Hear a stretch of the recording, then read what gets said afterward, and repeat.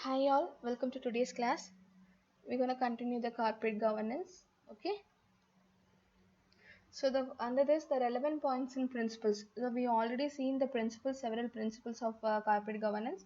So these are the relevant points in the principles. The first one is practice prevalent in different modes. So which means a corporate governance is a practice which is being followed to corporate all over the world. So each country may adopt its form of corporate governance. Okay.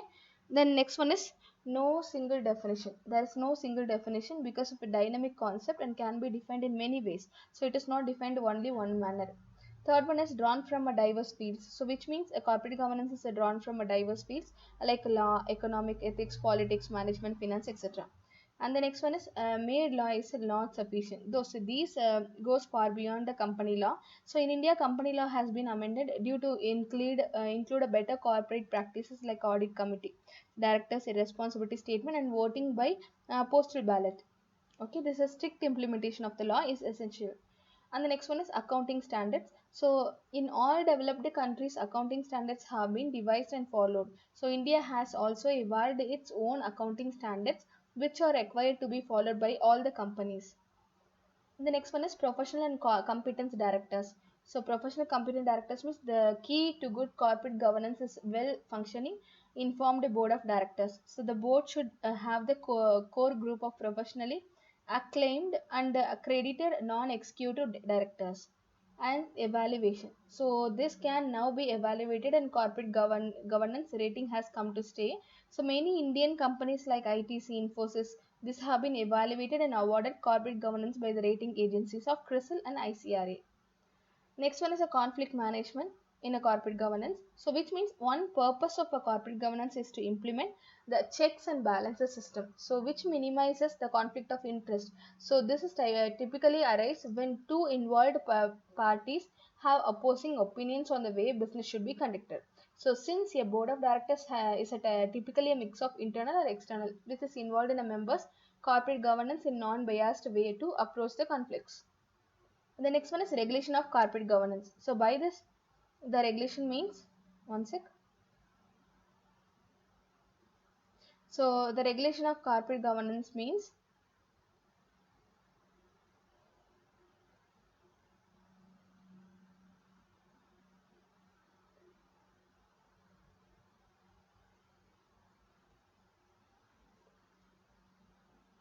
the regulation which are follows.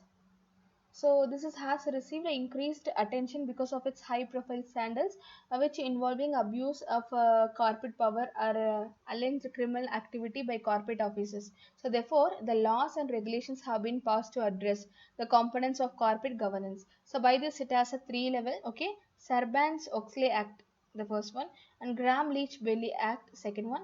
Third one, Basel two. Okay. So the first one is Sarbanes-Oxley Act means this act was passed after it was found that high-profile companies and their executives were committing frauds. So as a result, the emphasis was placed on corporate governance as the way to restore a faith in a public companies. Then the second one is a Graham-Leach Act. So which is this is regulated in a ways that financial institutions handled privation information, so which is making it crucial for corporate governance to include how to oversee financial organization stakeholders. And third one is Basel 2. So this is a business standard that minimizes the financial effect of risky operational decisions. So the rights of shareholders are covered under the standards. So thus affecting corporate governance. Okay. The next one is importance of a corporate governance. So which is means the highlighting and removing lack of commitment from a CEO. So which is a board of directors and executive managements. And the next one means removing culture of secrecy, which bring in openness in the policies and working of a company. And third one, removing a policies that help directors to amass power and money not due to them, and highlighting unethical ways of policies and working in a company, and removing extra protection for a particular group of investors, and protection of rights in minority shareholders, maximizing shareholders value and equal treatment to all shareholders, respect for rights, democratic ways of working with all the stakeholders and shareholders, and remove administrative lethargy, legislative weakness. So meet the competitive logic global markets, These are the things and importance of corporate governance in the areas. And the next one is pillars of governance. What are the pillars they are having means, the first one is integrity and fairness of a company and its fair management. So the integrity fair management of a company, mainly known as, has a first pillar. It has a first pillar. And then second one is on transparency. Okay, on transparency in all activities which is about a particular about a disclosures. The third one is accountability and responsibility. So these are the pillars of corporate governance. Okay. The next one is models of corporate governance. There are two types of models. Okay. The first one is Anglo-American model.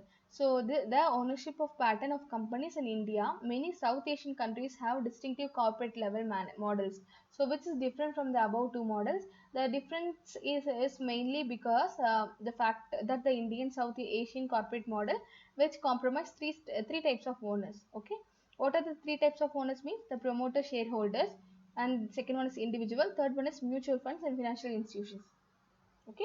So the first one, Anglo American model means pre 1990. Okay, which is a period of ownership pattern and was dominated by the larger number of retail shareholders all over the country. So they are used for a full divorce between a ownership and management, which is serious agency problems. So as per this high tension model, so the CEO has to ensure adherence all regular authorities, capital markets, money markets, and the threats of takeover as well.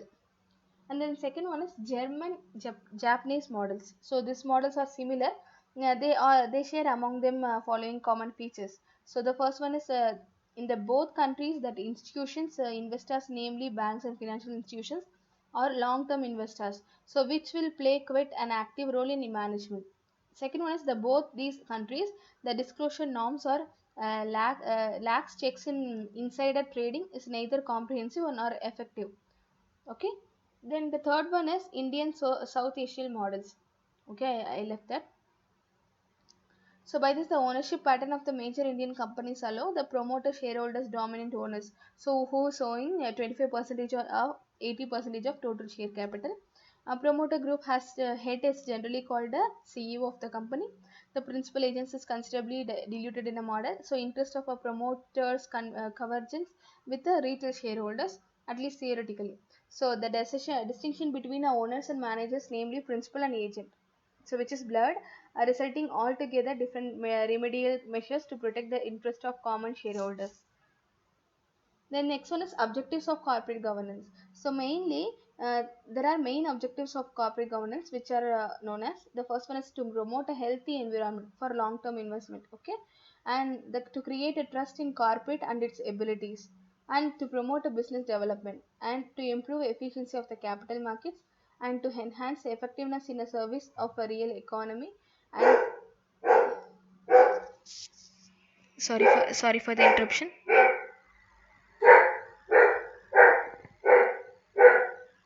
So to exercise effective control of corporate affairs by the board all the times. So this corporate is a single word used for a multiple components and working together and providing direction is governance. So this corporate is bound by various stakeholders. The CEO with the corporate executive assistants has to make a maximum efforts to satisfy all type of shareholders. So by this, the next one is four P's of corporate governance. The first one is a people, purpose, process, and performance. Okay, these are the four P's in corporate governance. So the companies now would have provide a detailed true account of their performance in a resources spread by the society. So the chief executive officers, okay, the board of directors and members will have the own up the responsibility of the success and failures of the enterprise. So if not fully, at least to the extent of the knowledge and actions. The first one is a people. So it is a people who run any company. So the people are its shareholders like investor, customers, employees, lenders, suppliers, government, and society at the large. So the inside stakeholders of a company should be capable, talented for their jobs. Purpose oriented workers and ethical in approach. So the management should be fair, equitable, and result oriented. The company's management must incorporate ethical practices in a company like transparency, integrity. And second one is a purpose. So this is the management of a company should be clear in the purpose of a company. So the purpose should be communicated and known to all. So it should be altered as a time and conditions change. Then third one is a process. So this is a management in a company can be defined and documented. So the process of management has subgroups: resource management, organization management, supply chain management, energy management, marketing management, information management, and risk management. So the process management include how these will be coordinated and bringing the present results. The control parameters and mechanisms will show the areas of deficiencies in these processes. The plant process are governed by the various rules and laws of country which need a compliance. So the finally it is a performance. Performance means it levels of a set by that in a chain known as expected. So what is acceptable, what is not. The performance should be measurable, regular measurement, and leads to finding operations efficiencies and shortcomings at a different level. So the performance measurement can be fixed on the monetary transaction in a company. So like asset efficiency, supply chain expenditure, like that. So there are models of the corporate governance. We already saw this, I think so.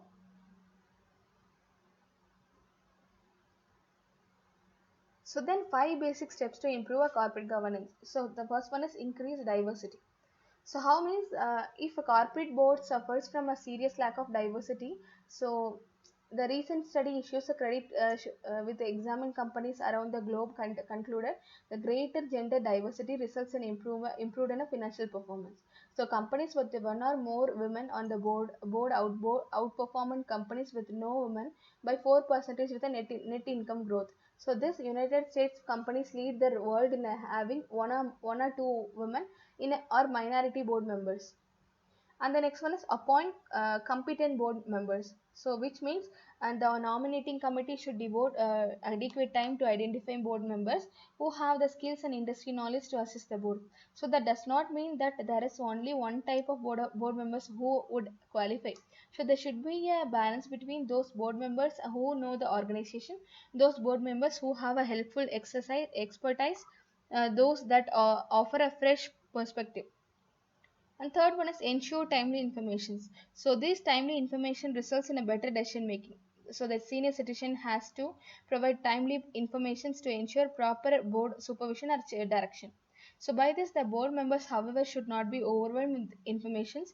There is a balance which need to be achieved between necessary information and irrelevant informations.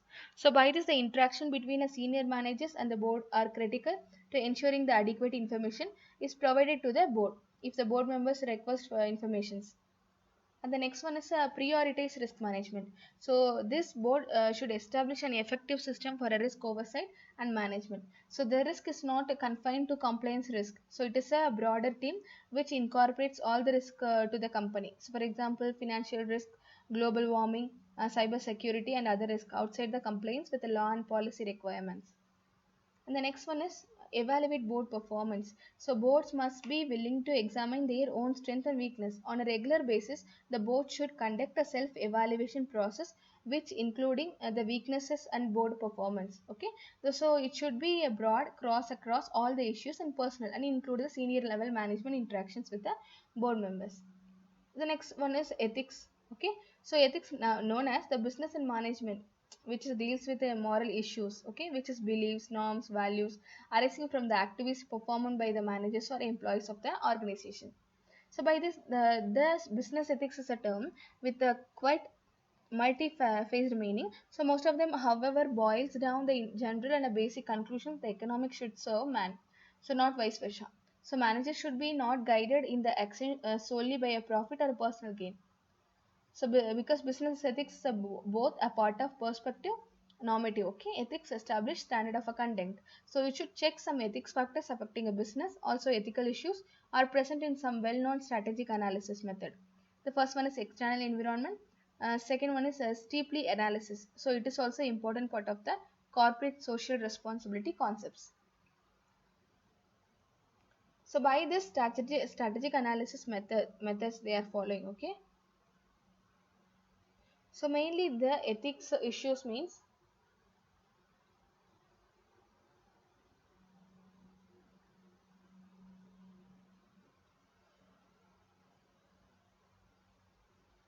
excuse me, deeply already explained. And ethical issues in strategic management means it is focused on how an organization uses the strategic planning process to make a decisions. So all managerial actions must theoretically match the organization central goals and department level operation goals. So this ethical issues strategically managed organization surface when managers make a decisions to advance goals that have negative consequence. So mainly known as, okay. So under this, the first one is the self gain. Self gain means one of the biggest problems of a company which could face in terms of corruption. So which occurs when a manager or another powerful person uses the position of a power to make a deals that benefits himself. So while not benefiting the company or its stakeholders, which include shareholders and workers, a company must define a code of ethics to hold all of its employees accountable for these decisions. So which is including prohibiting them from being using their business relationship knowledge equipment. And then second one is social impact. So this may call for finding the most cost effective ways to produce goods for the company. So for example, this contracting out of the factories in developing countries because the labor and material are cheaper could save tons of the money for the company. So however, the social impact of the company brand might not be worth it if workers are employed the sweatshops with very low wages, poor working environments. Then the third one is public interest. So public interest means the companies can develop and operate such large the amount of resources so they could make them more powerful than the small resource poor country. So in this way the decisions of the company that seems to benefit one part of the company and public interest economic interest for one country which might hurt the interest in another country. So the company should study the impact of its business strategies across the national borders within the regions and smaller communities to gauge whether they are in a public interest. Okay. The next one is environmental impact. So environmental impact means the companies also take actions that negatively affect the natural environment, such as a pollution, natural resources, exploitation. Okay. So one or more operational locations. A firm can make a better decisions at a protect environment using the standards of environment management system. So the system might include standards shared by the companies in the same industrial and commercial sectors, which is including a compliance with the laws and regulations. So by studying health and safety effects of a business practices and products, so which is working with the public and government agencies in an open way to comply with the acceptable standards. So under this, the first one is ethical principles. Ethical principle means there are 16 principles. Okay, the one by one I'm going to tell. The protect the basic rights of employees. Okay, one who admin, one who the CEO, one who manager, they should give the basic rights to the employees and follow the health, safety, environmental standards, which is continuously improves the products, operations, production facilities, and which do not replicate the packaging style, mislead the consumers, and indulge to truthful or reliable advertising, strictly adhere to the product safety standards. So, which is to accept the new ideas. So, encourage feedback from both employees as well as customers and present factual information means maintain accurate true business records and treat everyone employees partners customers so with respect with integrity. So the mission and vision of the company should be very clear. So do not get engaged in a business relationship that lead a conflict of interest. And next one is meet all the commitments and obligations timely and encourage free and open competition. Do not ruin competitors image. Okay, so by the fraudulent practices, and the policies procedures of the company should be updated regularly and maintain confidentially of the personal data and priority holds records held by the company. Do not accept the child labor, forced labor or any other human rights abuses. So these are ethical principles. So under the same ethics, the topic is ethics strategies essential to create an ethical business. So what is the strategy? So a goal of sound ethics is an ethical culture is shared by the most organization. However, the building, maintaining an ethical organization is often made more difficult because the management of ethics is not prioritized. So this is the frequently only addressed reactive. So after a problem has occurred, or in the way the clear ethics strategy is needed to be better enable organization to realize its ethical goals. So which is ideally the strategy needs to include six focus areas. So under this the first one, setting the ethical standards. So ethical standards in organization need to be clearly defined via the company's values and rules. So which include code of conduct policies. So this value should be identified the desired behavioral parameters which should be translated into acceptable, unacceptable behaviors, which is the company code of conduct and supporting policies. And the second one is setting up an ethics committee. So the Companies Act now mandates the most companies except small companies, okay, which establish social ethics committee. So but even in absence of legislation, an ethics committee can be valued facet of ethics strategy. So the value of the committee contribution will rest in its composition. Members need to senior enough that they can make a decision and authorize the necessary actions. So however, the ethics committee should not assume the role of the sole custodian of ethics in a workplace. So instead, each and every member of the organization should recognize their role and contribution to the company's ethical status. And the next one is building ethical awareness. So ethics awareness is a powerful approach in the pursuit of improved workplace ethics. So this is to particular as regards reducing unethical behavior. So it's based on a visible policing provides a good example of the impact of awareness. So the private security vehicle which patrol neighborhood may not result in many. Uh, the ethical awareness can also promote ethical behavior by providing a constant reminder of what is acceptable behavior within the organization. So this is especially effective when the visible example stem from the positive behavior of leaders. And the next one is measuring and monitoring ethical status, which means it is a company's ethical status, which is also crucial part of an effective ethics strategy. So this dictum that if you cannot measure something, you cannot manage it applies to the ethics as much as any other areas of business. So a positive ethical status lends itself to many benefits. So among others, for customer retention, the corporate reputation and brand equity, while a negative status can be very damaging on many fronts. And the next one is taking actions. So taking action which improves workplace ethics is optimally addressed by a dual approach. So which include actions to improve ethical behavior, actions to reduce unethical behavior. So much as increasing revenue and reducing cost are addressed separately to improve the profit. So if an ethics survey has been conducted, the result will indicate what action should be taken in what area of organization. The most likely areas to the increase ethical behavior will be via values, leadership, organizational culture, communication, and training, while reducing unethical behavior will largely be via laws, rules, regulations, so which is including code of conduct and policies, the system and procedures, and transparency. And then finally, maintaining an ethical culture. So this is building an ethical workplace of reaching a high ethical status or significant achievement. So the task of maintaining ethical culture eclipses them. However, because of a maintenance is a never-ending task. So to realize this requires the companies to adopt a strategy based on the proactive, so which is regular management of ethics, which pays ongoing attention to the steps outlined above. So together, these focus areas constitute a sound strategy that can realize the organization's ethical goals. So it can also make the differences that distinguish an ethical organization from others, which the competitive world of a business is particularly valuable outcomes. So these are the things in strategic management unit 4. This is over now. If you have any queries, feel free to text me in a WhatsApp. Okay, I can help you. So Hudson, then I have send you some question papers in a group, okay, subject group. So you have to check that. Please check and tell what are the topics you didn't cover yet. So okay, so that I can make a notes and give it to you. Thank you all. Take care. Please be stay. Please be stay safe. Okay. Stay home and stay safe.